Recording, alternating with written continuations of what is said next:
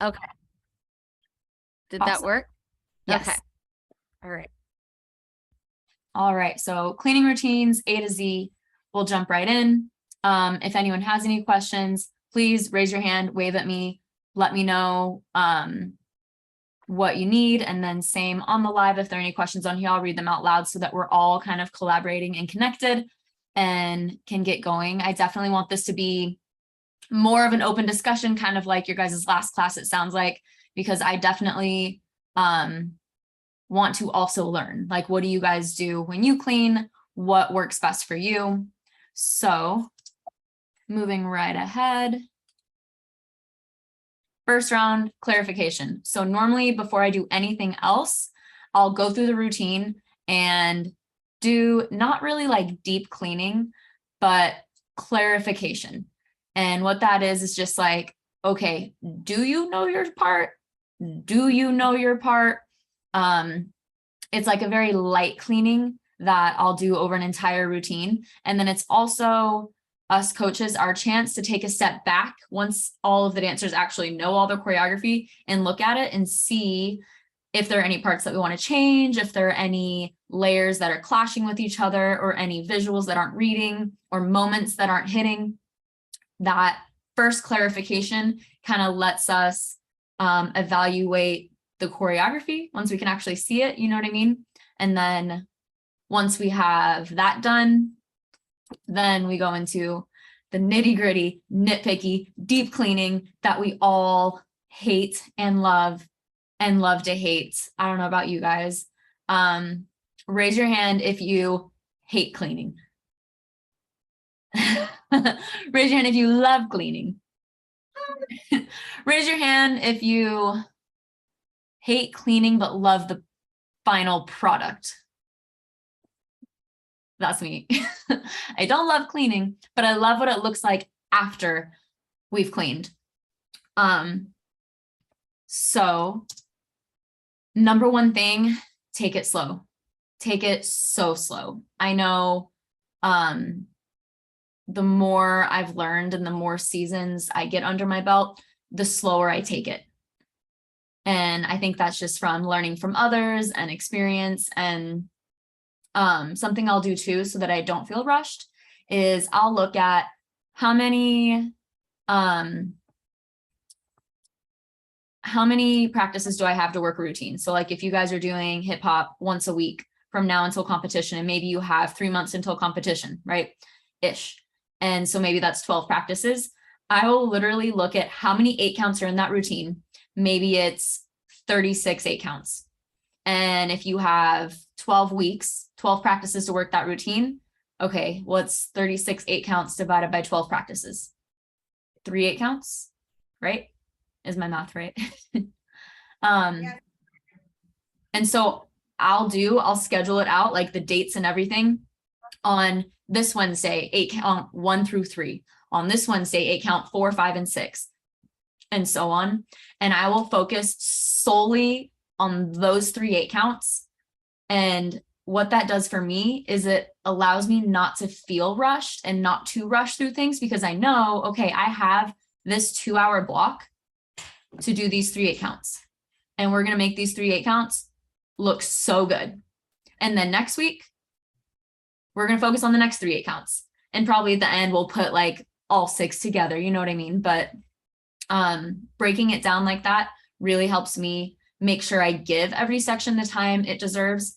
And I give a little bit of credit to this to Stephanie Trevino at Johnson High School, because I do their choreography, and she'll send me videos, and she'll literally send me like 2 8 counts and be like, all right, this is what we worked on for our 3-hour practice today. And I remember the first time I got one of those videos from her, I was like, wow, like those 2 8 counts look so good. And really realizing like, okay, it's, I think seeing her do that gave me permission to take 2 or 3 hours on 2 or 3 8 counts, because that it makes a big difference.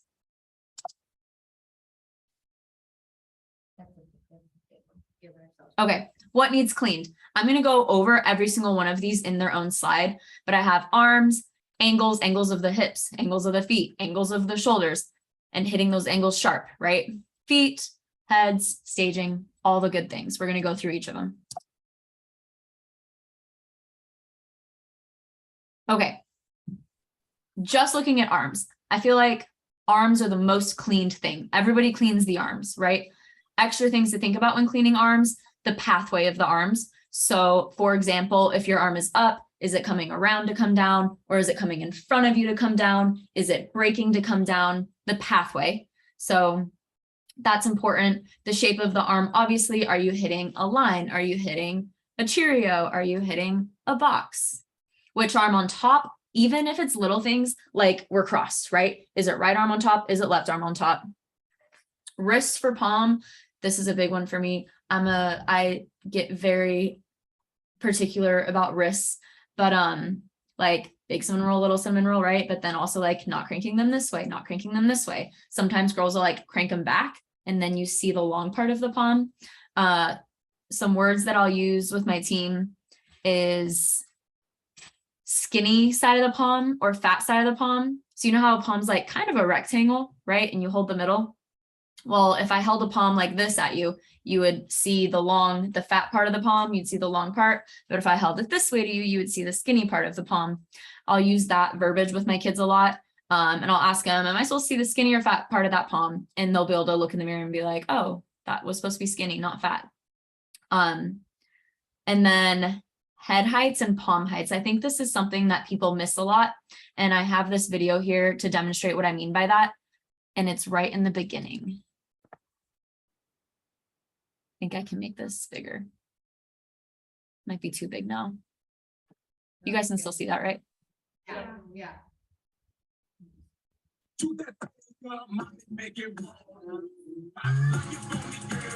Okay. Is right here. So you'll see the straight orange line, right? Pretty straight.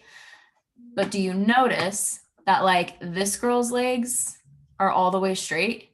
And then this girl's legs, I need to move this a little, are bent. And then this girl's legs are slightly bent. And then this girl's legs are all the way straight. If all of these girls were standing straight up and hit this arm straight out from their shoulder, this line wouldn't happen, right? And so sometimes it's necessary to either get a little bit tall or get a little bit small to get the visuals that you need to be clean, because all of your girls aren't gonna be the same size, especially on those younger teams. I feel like youth teams, especially, you'll have like a girl who's still 3 feet tall and then a girl who's 6 foot tall. Island, always in a plie. Right? And center, right? You have to have her center so that there's not like a weird opposite. So this also makes a big difference for these top arms. So they should be looking, and if they all line up their heads and they're all lining up these arms, then these white ones should be in a pretty straight line, and it makes a really big difference with that visual. Something else I had in this slide was making sure the and counts were the pathway and counts. So right here, when they punch out to that, every single girl goes through a half T to punch out.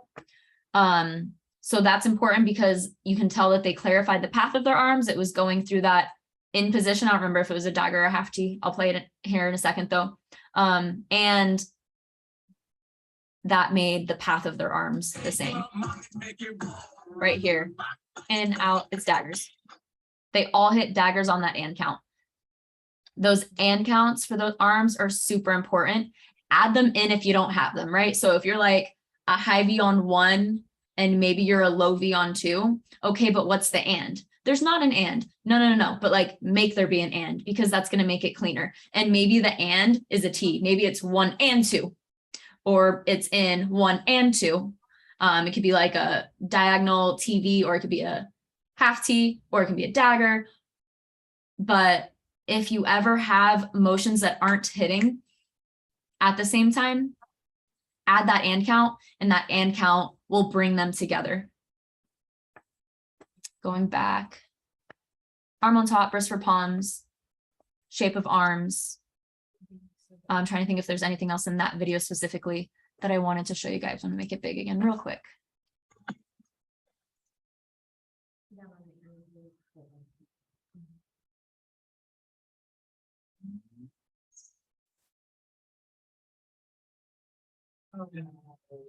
Okay, a little bit off topic, but turns because they reminded me of it when I was watching them. A big thing for getting turns on, or at least something that helps me in the groups that I work with, is hitting the downs together. Because what I'll do is I'll have them in the studio and I'll tell them, listen, I want you to hit your heel down as hard as you possibly can, because I want you to be able to hear that all of you are turning at the same time. And so we'll hit the turn set and they'll focus on the down, and the first few times they won't be together, and they'll be like, oh yeah, I do hear that it's not together. I feel that it's not together, because you can literally feel the ground move when they hit their heels down. So that's something else to try with your dancers, is tell them, you know, here, we're going to do these turns, and I want you to hit your heel down as hard as you can on the 1, the 3, the 5, the 7, whatever the count is for your turn set. And doing that a few times, it helps bring their awareness to the timing of that heel drop. They can feel it, like I said, and that helps with turns, getting them clean as well. Okay. I'm gonna go on to the next one. Maybe. Any questions on arms, or any random things that come to your mind that you're like, I can never get this clean with arms? I don't think so, but I think Lainey has like a addition. No, that's what she That said. should talk about. Okay, never mind. You talk about it. P.S.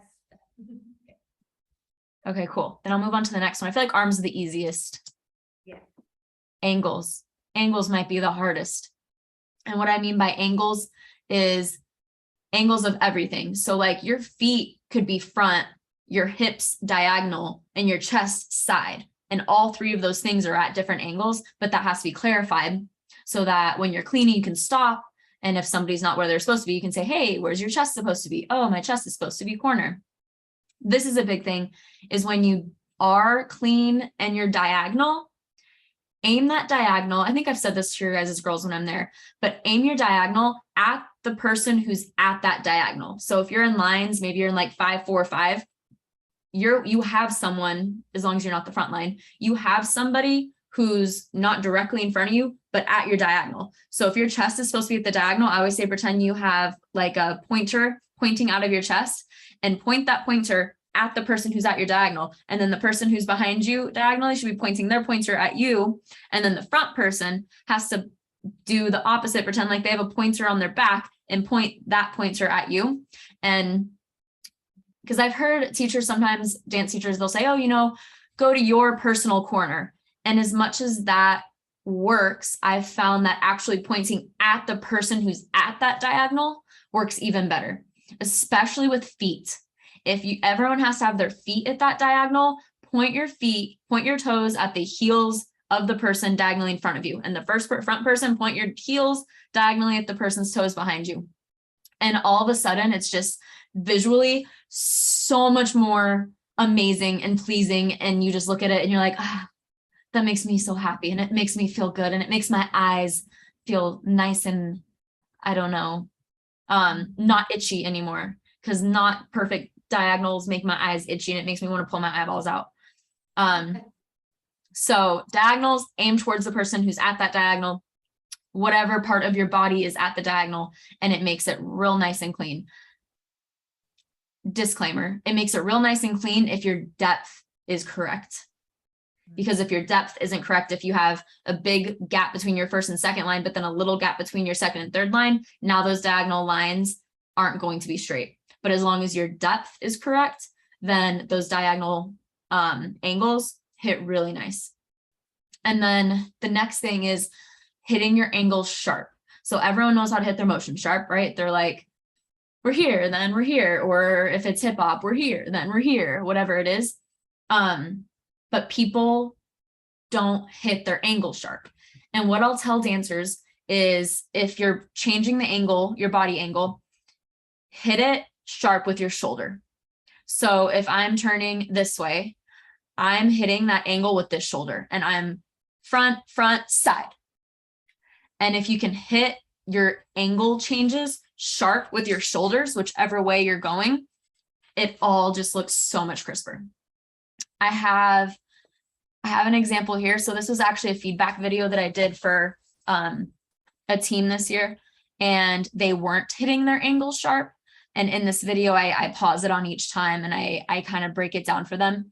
So I thought it was a good one to show for that section. Let me get to that part where they are hitting those angles. Aha. Okay, I'm gonna press play. Let me know if you can't hear it. These right here should go side. Do you see people want not to the side? Because I do. Back. Do you see people not to the back? Because I do. Side. Do you see people not to the side? Because I do. This needs to be sharp. And make it sharp with your left shoulder. Your left shoulder hits side. Your left shoulder hits back. Your left shoulder hits side.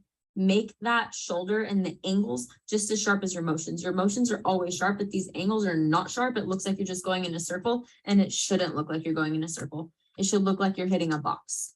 That's going to make this look cleaner because this is the next eyesore. Yeah. Okay. And then they cleaned that up and it looked a lot better. It looks a lot better now.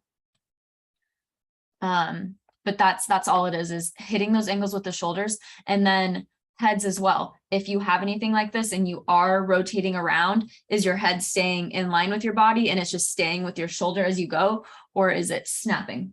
That's another thing that really just makes those angles hit a lot sharper and look a lot better. I have another video later actually, and there's a spot in there where the team was very particular about the angles during a rotating thing as well.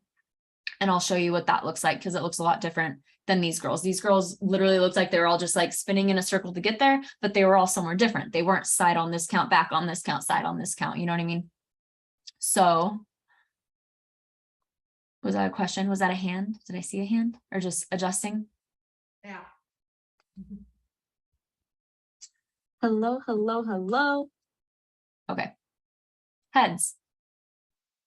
Another thing that people forget all the time. Oh, you know what? On that last one, I don't think I said, oh no, it's not on that one. It must be on my next one. Heads, heads, heads. So this video goes with heads. Oh wait, I'm confusing this with another one. This one just goes with heads. I was gonna say this goes with heads and the angles. This one is just with heads, and it's about snapping them where they need to go instead of just placing them where they need to go. And there's a really good example in this video.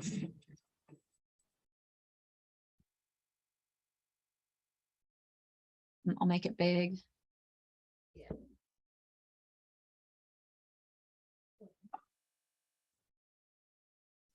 Ah, right there. Okay, so on this, you'll see they basically just like pivot front, go to the back, pivot back, come to the front, and they hold their head to the front, and then they snap it to the back, and then they hold their head to the back, and then they snap it to the front. So I'll play it once, and then I'll pause it and break it down. Hold, snap, hold, snap. Oh, Yeah, I'll go one more time. Hold, snap, hold, snap. And so if I try to pause it on those, I don't know if I'm giving you guys enough time. Hold, snap, hold. Oh, I paused too late. Snap. And then maintaining that same thing about heads. These girls are about to roll and their heads are clean on these rolls. Their heads are front. Their heads snap in to look at each other on the next count. And then they stay side while they step up, and then they come to the front. Just like every count of this routine, every single girl knows where their head is supposed to be. Not saying they always put their heads exactly where they're supposed to be, but they had been clarified for them at some point. So I'll play it one more time if you want to watch the hold, snap, and then the girls, when their heads go down, their heads are straight, their heads are looking at each other, their heads stay to the side, and then they come front.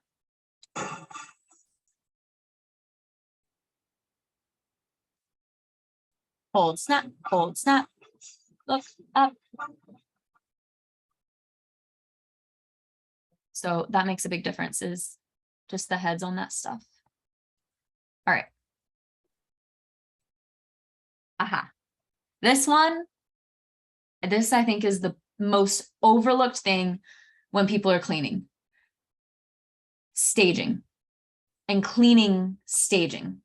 Now it's one thing to know this is our formation and you're on line and you're on half. But you have to also clean the way they get there. So the first thing I have here is have a halfway there formation. So if they're moving for an 8 count, it's like, okay, you're on this line and you're going to go through this diagonal and you're going to end up on this half over here an 8 count later. What's their halfway point? Where are they on 4? And to take that even a step further, this kind of goes to this one down here, the measure out your steps. How far are they stepping on each step?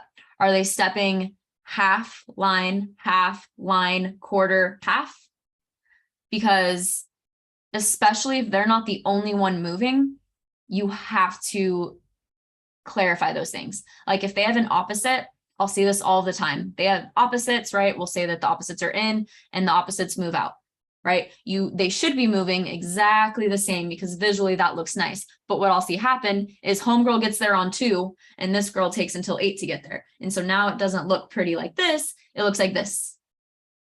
And now it's not visually pleasing anymore. And so when I have opposite girls like that, that's when we set, I'll send them off to go do it. I'll say, go figure out what your steps are. And maybe that's when they both cross to step to the half. They both open to step to the line. They both cross to step to the quarter.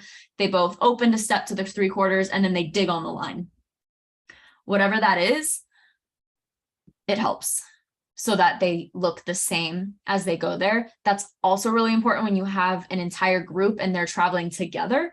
Okay, everybody needs to step a quarter over. Everyone needs to step a half over. Everybody needs to turn and step a quarter to make sure it's exactly the same. And then while they're doing that, staying behind your person. And again, I'm sure you guys do this and I'm sure you guys tell your dancers this all the time as well, but I explain it to them as Peter Pan and his shadow. If you're in the front line, you're Peter Pan. If you're in that line, say the 3rd line that needs to stay behind the front line, you're the shadow. And Peter Pan's shadow, when Peter Pan's shadow is behaving, stays with Peter Pan no matter where he goes. I'll tell them, like, if I'm in front of this girl, I shouldn't even know you exist.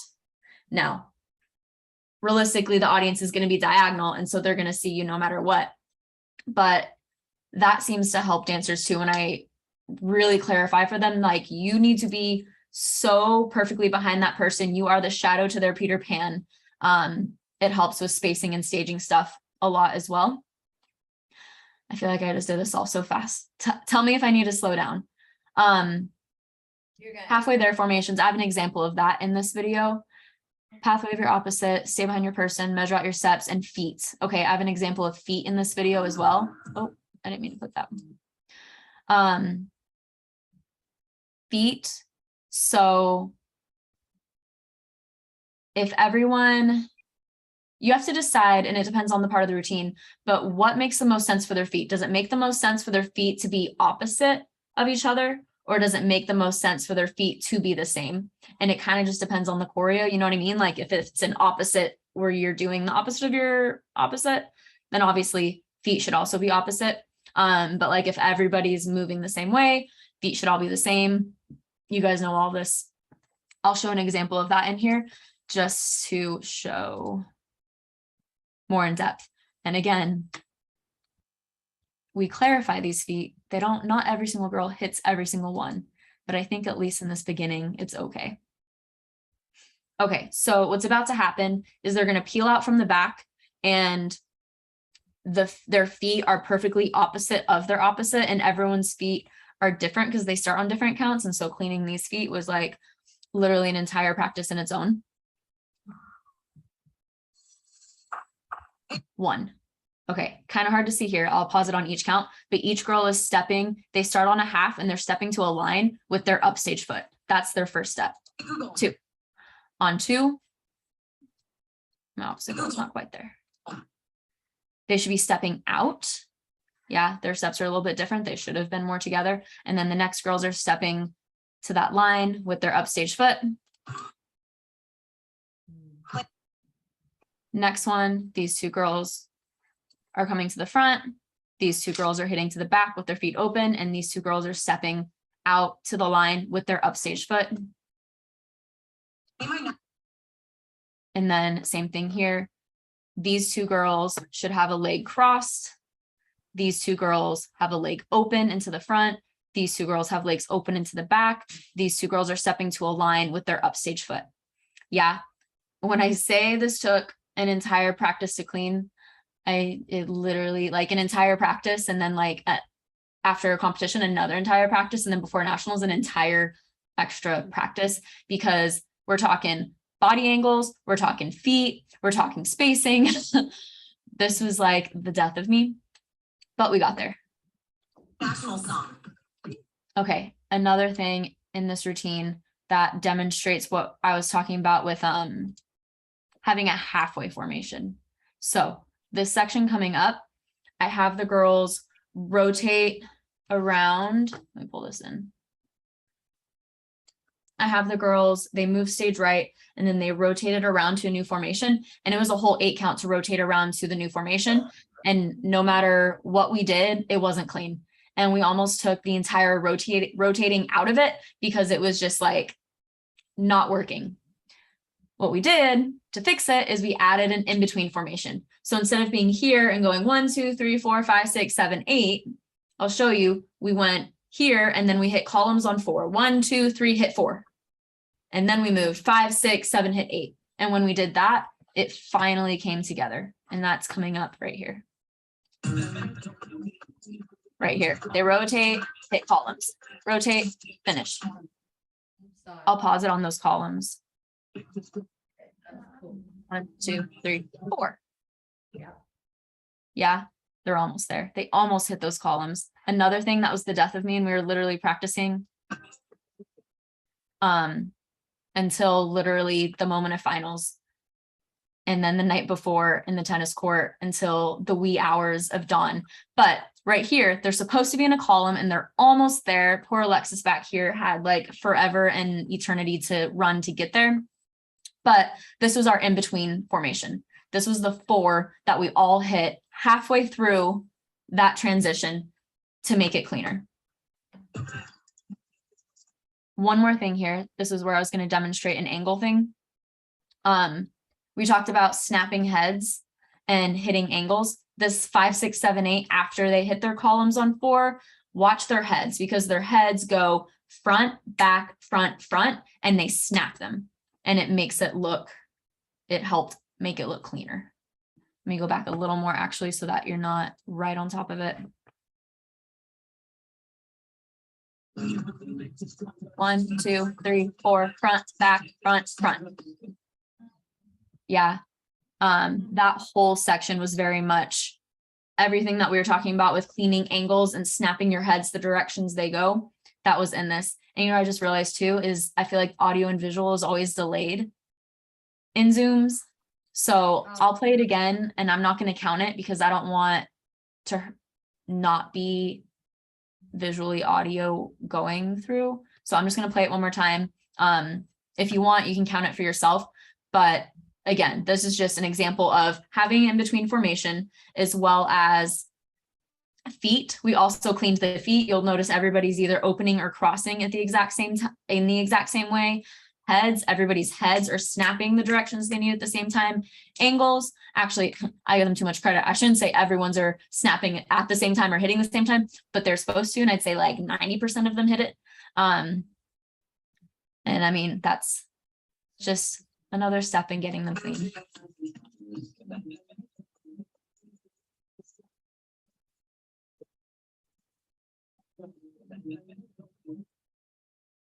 Yes, okay. So I think we hit all of these.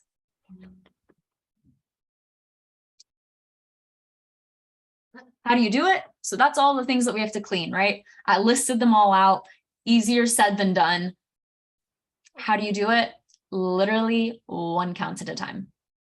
And when I say literally 1 count at a time, I actually mean literally 1 count at a time. I'll have dancers, especially like the team I coach this year, we have a lot of rookies. And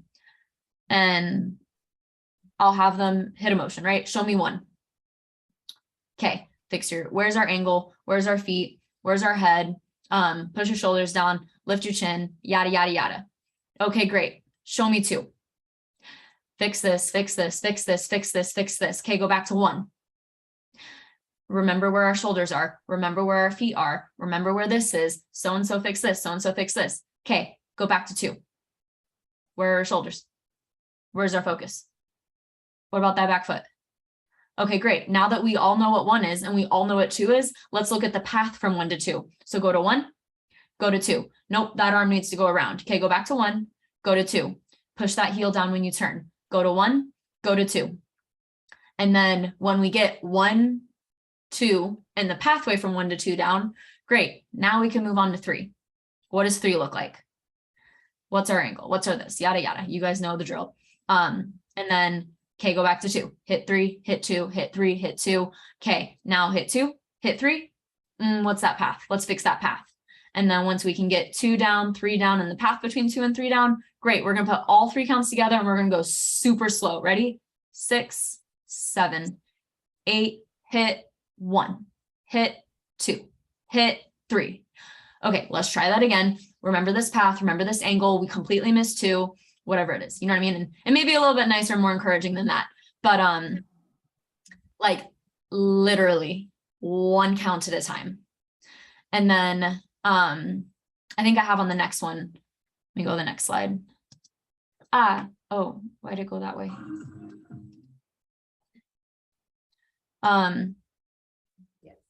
Here are kind of just a bunch of different activities that I've done in the past that have helped. And I know you guys have some good ones too, so please share. I'll jump through these real quick though, because this is probably the most important part of the slides, right? This is like, what can you actually do tomorrow at practice? If you understand everything else and you know what needs to be done, okay, but the how. Like when anytime I'm reading a book and I'm like, okay, that's great, but like how, right? What do I do? So the first thing I have on here, staging on a timer. I love this one. I got this one from some presenter at an NDCA conference, and I feel so bad that I don't remember her name, but she was awesome. And so fully giving her credit, she's great, whatever her name was. What she does is she'll have a timer out and she clicks go, and she'll say, okay, first formation. And then everyone has to check, make sure they're on their quarters, their lines, their whatever. And then once everyone gets there, she'll say, okay, next formation. And they basically walk through every single formation of the entire routine. And the first time you do it, it might take 15 minutes. And so then the next time, the goal is for everyone to hit their ticks in less than 15 minutes. And eventually you get it down and you can do it in less than 2 minutes, right? So it's a fun game, and it makes everyone make sure they know their staging, and including us coaches. You'll be like, I don't know where you're supposed to be, but I know you're not supposed to be there. And then normally you can check their opposite and be like, okay, she's on half, you're supposed to be on half. That's a fun one. And then it's also good because then when you get to competition, you can do that on a warm-up floor. Like, hey, let's do our walk through all our formations in 90 seconds. Ready? Okay, timer's on. First formation. Good. Second. And they have it down. And when the kids have that staging down, it makes everything look cleaner. Even if their arms haven't gotten any cleaner, if you clean that staging, all of a sudden the entire thing is more visually appealing, and your uniformity score goes up, your staging score goes up, execution goes up. Everything looks better when it's hit where it's supposed to be hit. It's so important. I can't stress that enough. Partner cleaning. I'm sure you guys do this. Something that I think is really, really helpful with partner cleaning is not just having someone, like pairing 2 girls up and having them watch each other and tell them their cleans, but I make them get up and do each clean with the person 3 times. So if dancer A is giving dancer B 5 cleans, great. Do each of those 5 cleans with them 3 times, with the choreo before the clean and the choreo after the clean, because saying a clean to someone isn't enough. I can say cleans all day long, but until that dancer practices them in her body, she's not going to hit them. Like, easy as that. So my dancers know anytime they get a clean, they have to do it, because that's the only way they're going to get it in their bodies. And then I always give them time to apply it. So they'll do all of their cleans with their partners. And then that partner A will sit back down and partner B will do it all again. And then partner A gets to tell them, yes, you hit this one, you hit this one, you didn't hit this one, and you have a new thing over here that we need to fix. And then do those cleans with them 3 times, right? Voice memo cleaning. This is a good one if you don't have a ton of time. Or if you're doing like the whole routine. Partner cleaning, I never do partner cleaning for the whole routine. I do partner cleaning for like the first quarter max, right? Maybe it's those 3 8 counts that we worked on today. We're partner cleaning those 3 8 counts. Voice memo cleaning is good if you have the whole thing. China from basic high school, she's the one who told me this one. But basically what she'll do is the girls will grab each other's phones and you'll press play and they'll watch the entire routine and basically give them a verbal critique. And then this is good if you don't have a ton of time, and then the girls can take that verbal critique home, and maybe their homework is to write out all the cleans from their verbal critique and hit each one 3 times or 5 times or whatever it is. And so it's good for longer amounts of cleaning and good for if you don't have a ton of time. And also good, I just thought of this, I feel like this could be used from coaches too. I've never done this for my girls, but now that I'm thinking of it, it's so much easier to just watch a girl dance and have their phone in front of you, just as easy it is another girl, and give them like, okay, remember to hit that angle, yada, yada, whatever it is. Next one, Jordan University. Okay, this one is ours, and this came to be at Nationals 2018 or 2019? 2018. And basically what it was is we had a routine. I don't remember if it was Palm or if game day was a thing back then. And one of our girls, Jordan, just like slayed this section. She looked so good. She was so sharp. Her performance was great. Her projection was great. And we're struggling to get everyone else on board and to get everyone else looking like Jordan. So we were in a parking lot at Nationals, right? Because that's where everything happens. And we said, all right, listen, guys, we need everyone to come sit in the front and you need to watch Jordan and just like study Jordan, because Jordan looks amazing and we need everyone to look as good as Jordan does right here. So Jordan performed, everyone claps. It was great. And we said, who thinks that they can look like Jordan? And like one of our senior captain girls raised her hand. We're like, all right, go ahead, you're up. And so it was just Jordan and the other senior captain girl. And we played the music. And we played the music over and over and over until senior captain girl looked exactly like Jordan. And then once those 2 girls looked exactly the same, we said, okay, who thinks they can match those 2 girls? And we brought one more girl up and we played it and fixed and cleaned until those 3 girls looked exactly the same. And we kept doing this over and over and over. And granted, Jordan had to do it hundreds of times, but she did, and she hit it full out and she killed it because it was kind of like an honor for her. You know what I mean? She's like, okay, everyone's trying to look like me. I need to make sure I keep hitting it strong. So we've adopted Jordan University, but anytime we use it, it's someone different. So maybe it's a Sarah, maybe Sarah's killing this part. And I can tell the girls like, all right, we're going to Sarah University. Sarah, you're up.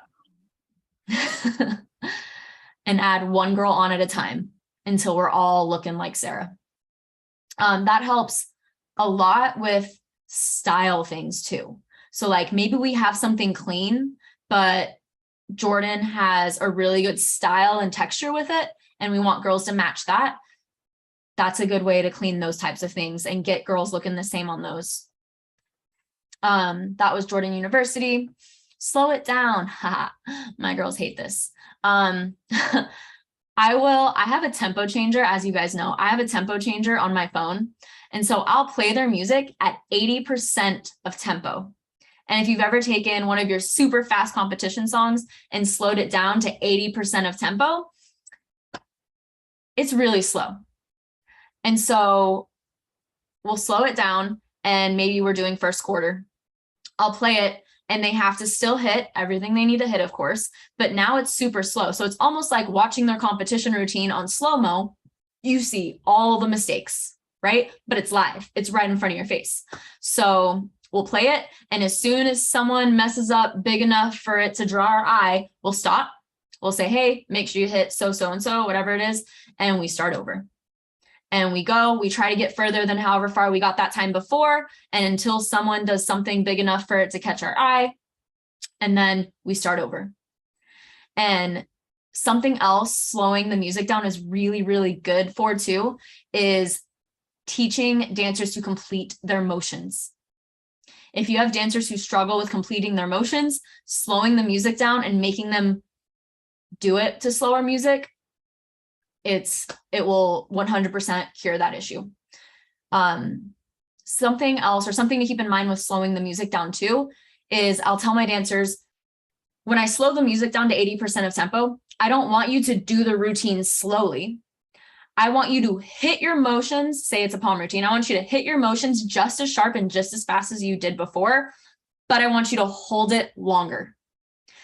You're not going slower, you're holding your pictures longer, because by you guys holding your pictures longer, us coaches can see where we're not hitting what we need to hit, right? So that's a fun one. It's extra fun if you make them put on wrist weights. You can get some like boxing gloves that are weighted. Those are really fun. Okay. Next one is you're out. Okay, I got this one from Natasha actually, and I threw it on here because I thought that was a good one. But it was the one she was saying where you have everyone do a dance, but then when somebody catches your eye and they messed up, they're out. Okay, go sit. Okay, everyone else start over. And then they dance until someone messes up. Oh, you're out. Go sit. And I think one of the reasons that works is it like attaches a strong emotional response to that mistake. And our brains remember things better that are connected to strong emotional responses. Maybe that's cruel. I don't know. But as long as it's in a fun manner and the kids are doing it lightheartedly, I think it's fine. For anyone that did UDA drill downs. Okay. I don't know, UDA drill downs where, you do the motions and then it's like you mess up, sit down. And I think it's on how you present it.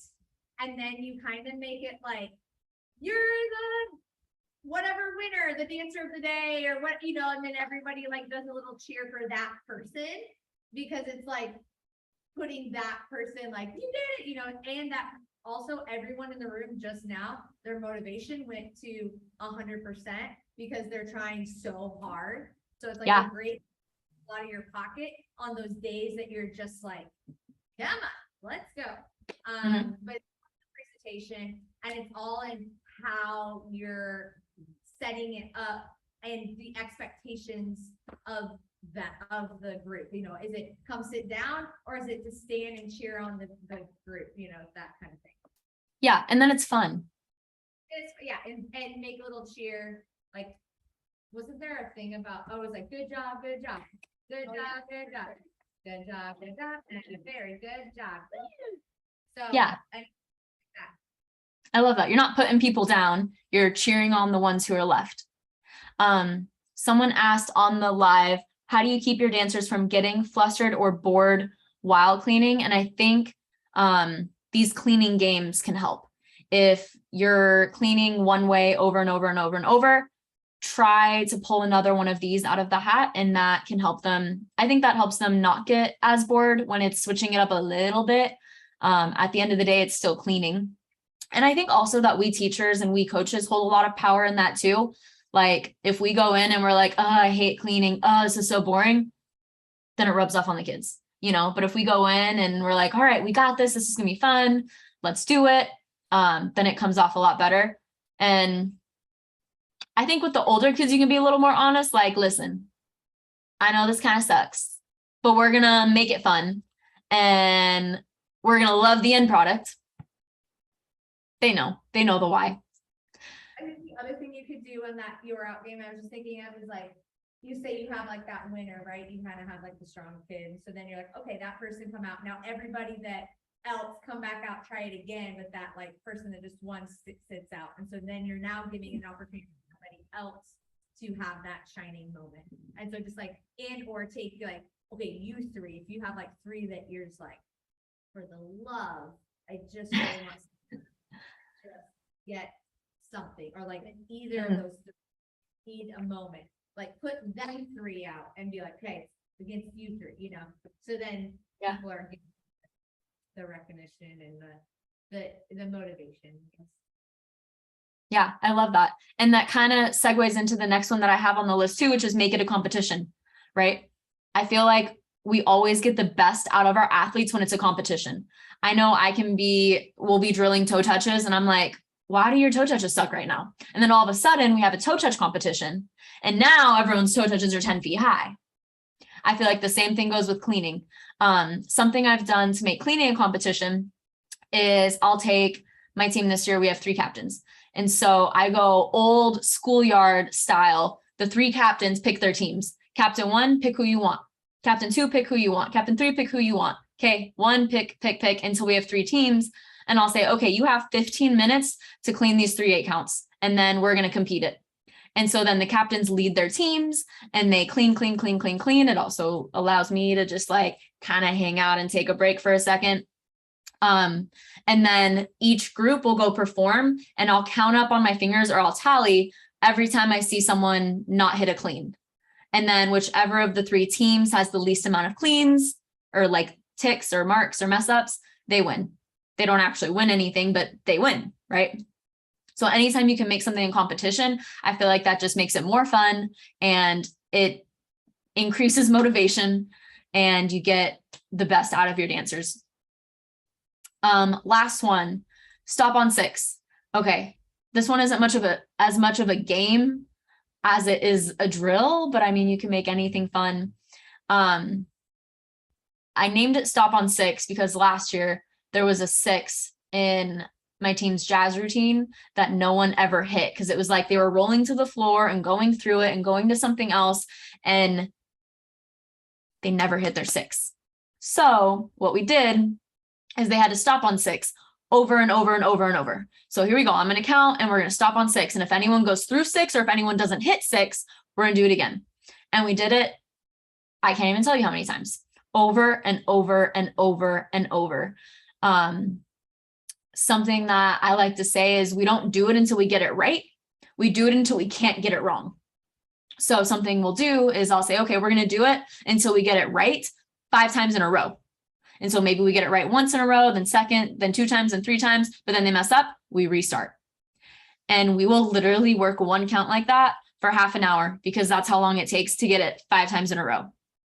But then, you know, if they hit a competition, I wish I could say 6, but it at least gets better.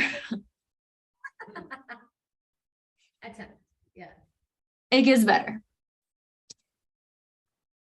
Okay. I have on here, what works for you? We'll start with that.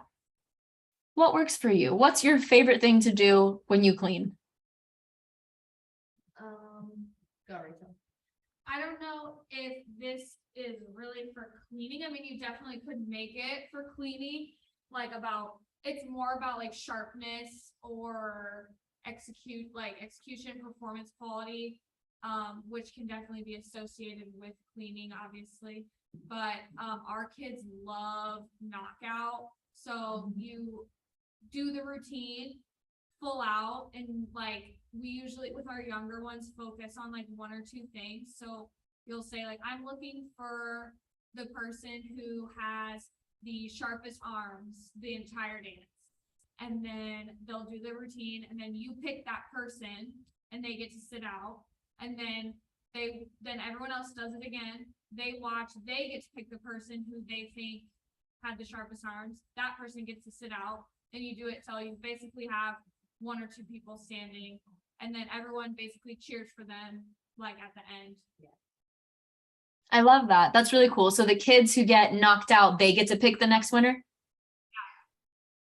That's even better because if you can spot greatness, you've got greatness. If you can spot it and see it, you can apply it to yourself. Yeah, I saw another hand. I have a question. At the beginning, you talked about how you do your timeline and work backwards of like, here's my goal for the dance. I know I have to get my choreography straightened out. And I know it's gonna take me this many hours to get this many 8 pounds. So I do that with my pom dance, and what I come out with after the cleaning is 6 hours.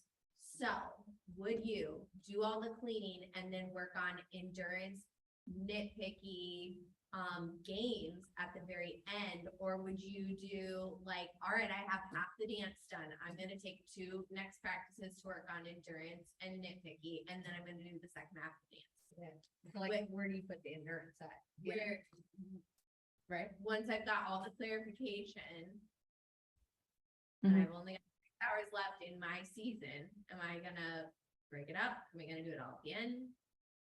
Yeah, no, that's a great question. So I don't think there's one right answer for that. I think it just depends on what you do. I'll tell you what I do personally.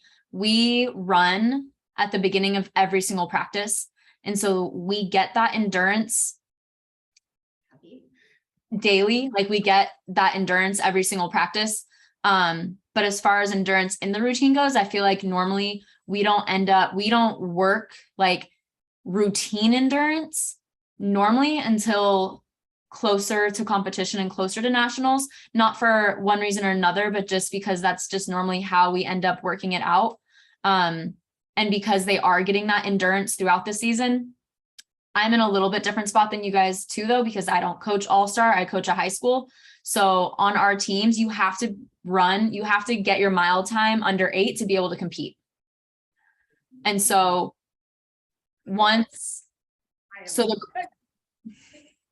so the girls who are in our routines, they have that strong cardio. And then what we'll do, here's another game, kind of a game, is also kind of miserable, but something we'll do to build endurance in a routine is we'll play their music for them. Say it's jazz.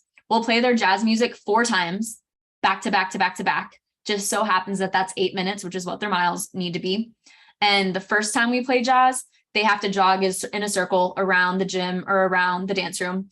The second time we play their music, they hit their first half full out, and then they jog around the dance room for the second half. The third time they jog around for the first half and then hit the second half full out. And then the fourth time we play their music, they hit a full out. And we always say confidence. Go ahead, Natasha. That's wonderful evil. It's wonderfully evil, but we always talk about confidence through preparation. And so if you can hit your routine full out after hitting it 3 times, or like, doing all of the cardio 3 times, you've just earned the confidence to hit it on stage when you're fresh, And so when the kids are backstage and they're getting nervous, you can use that. It's in your arsenal. Be like, hey, listen, like you hit that aerial at the end of after 3 other run throughs of this routine, you can hit it right now when you're fresh. And like, oh yeah, you're totally right. I think Yeah. Also for my teachers that are like, even many, like you could do that to a degree in the developmental levels that you're in. So like for minis, what does that look? Does that look like I feel like they have more energy than the older ones. Yeah, so. I just said to Carly, my fastest mile time was when I was in 4th grade. With the shortest legs. But what she just said, when they're backstage, and the minis get the most like, they get that emotional thing, and you can be like, remember that time we ran around the studio? And you did it, like you can nail it because you nailed it then. And then for the older ones, again, like working up to that, but I would say the juniors, youth to junior age needs more endurance than all of us. Yeah. You know what I like about it too? And I actually got this from James Silvis, who I know you guys work with as well. But when kids are getting ready to perform, what's happening physiologically? Physiologically, like their heartbeat gets going fast, their breathing gets going fast. So another thing that we do to prepare, and it's kind of endurance, is we'll find ways to mimic that physiological state, and then we'll hit a full out. So I'll put on a timer. I'll say, okay, for 60 seconds, jog in place. because when they're jogging in place for 60 seconds, their heart rate starts going up and their breathing starts going up. And then I'll say, okay, here we go, music's on, and they'll set, and their heart rate is up and their breathing is up. And so it's mimicking that state of heightened stress and heightened, like, about to perform, right? And so then when they get on stage, it's not the first time they've done that routine with that feeling, because we mimicked that feeling in the dance room a million times. That's a good one. That's cool. Right there. That's from James. I was like, James, you're so smart. He's smart. I think a question that we were talking about before, when we were talking about this, was Carly, go. We were talking about, like, when do you decide when to either keep cleaning or change it? Oh, Like, how do Oh. you change? oh man. I mean, I've changed sections that didn't work the night before finals in the parking lot that I just like held on to for way too long, and I should have changed sooner. And even parts that like other people told me I should change, but I'm like, no, we're going to keep it. We're going to hit it. It'll be fine. And then it doesn't hit in semis. And I'm like, I should have listened a month ago. And then I change it the night before finals in a parking lot. Don't wait that long. Typically normal stuff that I'm not like really fighting for and trying to make hit, I'll get through an entire cleaning. Like, so we do our clarification, and then we clean. And then I let it hit the first competition. And then normally after it hits a competition, and I also finally at a competition, I can see it from further away as well. That's normally the point where I start changing stuff. Like, we cleaned that over and over and over, and it still doesn't look good. I don't think it's the cleans. I think it's the choreography, because that's the thing too.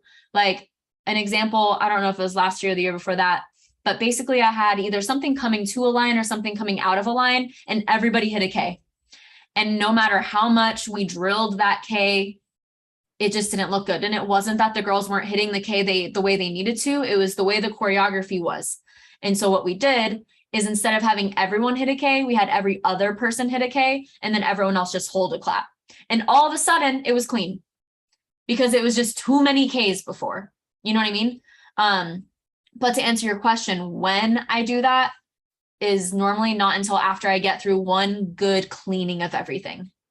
And then if it's still not hitting, maybe I give it another chance of like, let's deep clean this section again.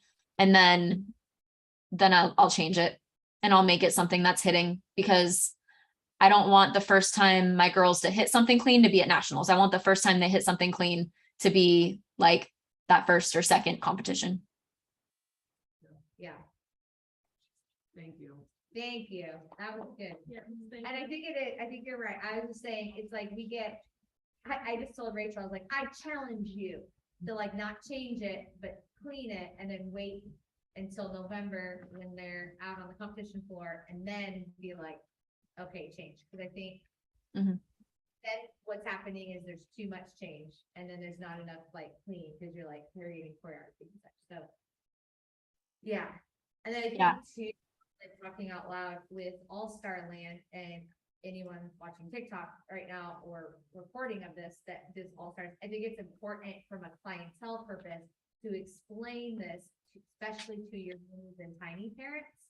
I Mhm. think it's important to teach them the process and be like, okay, we had a great first competition, like this is gonna happen in November when minis go, right? We had a great first competition. Here's our goals.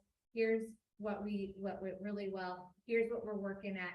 We're gonna make these changes because we think this will work better. I think just having that sentence of why we change things, Mhm. is don't understand. They don't understand. They're like, well, why are you spending time changing it instead of just clean? And they don't know. So you have to teach them. And then we just have to be open and with that. I think that will help a lot. Yeah. And your routine should evolve. Whatever gets set by the choreographer, that's the first draft, right? You don't submit your first draft essay to a teacher. You revise it, you revise it, you revise it, and then you have your final draft. Always. That's the natural progression of things. And maybe that's a good way to explain it to parents. Like, it's the first draft. all of our college students right now are like, What, you don't turn in the first draft of your essay? I have a couple questions on TikTok. One person said, how do you handle injuries with no alternates? My team is constantly getting hurt. Natasha, this might be a better question for you because I have alternates, but I know some of your teams don't, right? right, so I actually am gonna turn this over. Nicole. So we this year adapted an injury protocol. And this is something that helps you as coaches and teachers to have just transparency and clear communication on the injury, but more so on the recovery. So when the question was, how do you deal with the injuries? I'll let our in-house injury specialist, her name's Nicole, talk. But then as far as like, what do you do as far as cleaning and if, how do you keep them going? I will say they write everything. They write the cleans that the team's receiving. They're writing the cleans that Sarah's receiving because it just puts them in there. And then I'm gonna turn over the microphone to Nicole. Miss Nicole. Yay. Here she is. I don't know if you can see, but. You're fine. Come help me really well. Hi, so the first thing we always look at with injuries is what is the injury and then how long is their preliminary recovery looking at? So we send them with a form to their doctor that outlines what they are and are not allowed to do in class. So maybe they are allowed to walk and do arms. Maybe they are no weight bearing, sitting, taking notes. So that does play a role in it. But looking at, so we have an injury right now who has an injury and she's scheduled for 6 weeks of recovery. So right now in class, we kind of outlined it. Okay, first 2 weeks, we're watching, we're taking notes. Second 2 weeks, we can put you back in things like doing arms. Luckily, they don't have a competition till March, April, so they don't have to reblock anything. But just knowing how long that injury is going to take your dancer out of a routine is really helpful. Because if they were going to a competition in November, she would not be dancing at that competition. And at that point, you'll be able to say, okay, we need to reblock things. And still trying to keep things, the choreography the same, but knowing where can you reformation people to make that look the way it needs to look. And then when you add her back in, making that still simple to add people back into a routine, but just knowing how long that recovery is gonna take is gonna be really helpful for knowing when you need to start reblocking things. Because the more time you have for that, the better. Oh. Yeah, absolutely. That's great. And then if there's any way you can have alternates, I always recommend having them, even if it's like for All-Star, if it's a kid from a lower level, if there's someone who they can be an alternate and step in for one competition if needed, and they're just there to learn and grow. I'm not sure you specifically, it's Steph who asked the question. Thank you for asking that question. I'm not sure if you're All-Star, if you're a team, but if you're a high school team, it's normally pretty typical to have alternates. I highly recommend having alternates. And then another question is, middle school coach here, any advice on helping sixth graders feel more confident in their moves? You guys have lots of middle schoolers. I coach a high school team, but I can throw this one back over to you guys. You have a lot of those youth age kids. Rachel? Praise, praise, yeah, praise, Praise, praise, yeah, hype praise, them up. Hype them up. Hype. Hype them up, lots of praise. Wow, that looks Also- so good, you guys, when you did that part. Yeah, over and over and over. So A much. team of choreography and skills. Yeah. Yeah, Megan, like, yeah. I would say that, like, definitely that. Hold. Yeah. Also, I know they're sixth graders, so you're like, ooh, they're old. No, I need you to teach them like you would teach the 7-year-olds. You don't have to like baby them by any means, but you still need the same strategies that you would be teaching a 7-year-old needs to be with that sixth grader. Those 11-year-olds need that. They're still preteen. They're developmentally not a teenager. They are not a high school team. They are not a junior team. Their brains are still in that pre-adolescent stage. So games are so important and they want to be fun, like they want to have fun and then we just talked about fun versus silly, but, having moments where you're like, okay, we're gonna do a quick like freeze dance, or I don't know, like something silly for them to do for a minute because they're still young and they can't yet focus how you would want your high school team to focus. And still goes back to that same principle that Alyssa gave us too, is you can only spend the amount of time as the age they are. So Mhm. if they're 9, you get 9 minutes to focus on this. If they're Mhm. 11, you get 11 minutes. Don't try to make them prep for 30 minutes on that pirouette because it's not gonna happen. Right. Yeah, Yeah. I love that. Yeah, so again, that's the age you are is the amount of minutes you have with them. And so those mini and tiny coaches, You have even though their 6 choreography looks simple, it's still hard. You get 5 minutes, 5 minutes. Yeah. That's Kudos to all of you tiny and mini coaches. I don't know how you do it. Last question on here that we'll do is, how do you help girls with faces and projection? Some of my girls have it and some don't. I just did this with my team yesterday, actually.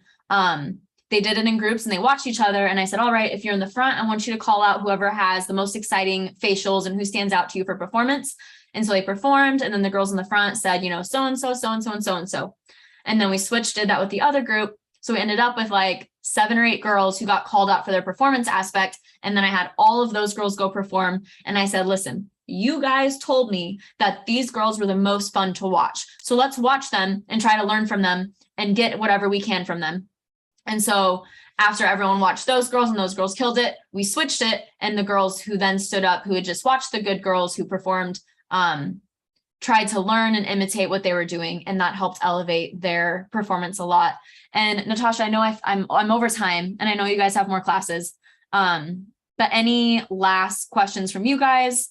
Oh, real quick, what about the kid who just never gets it? Anyone have those kids who just like, no matter how many times you tell them to clean, they don't get it? you brace and you put them where they're gonna succeed in the formation. And and so their picture, they might be a great person that makes a picture with their arm for 4 counts. Every person on that dance floor matters. You want them to grow. They will get it. They need someone to believe in them. And Yep. it makes 4 years to get there.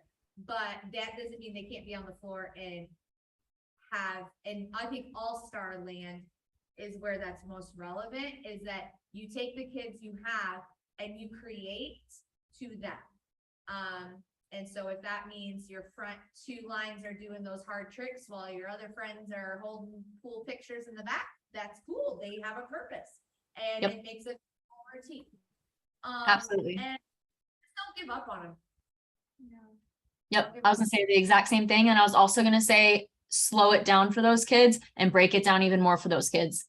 If you're like, I've told that kid a million times to point their toe and they just don't do it. Okay, we need to take it a step back then and we need to slow it down. We need to break it down more and we need more tendus and dégagés.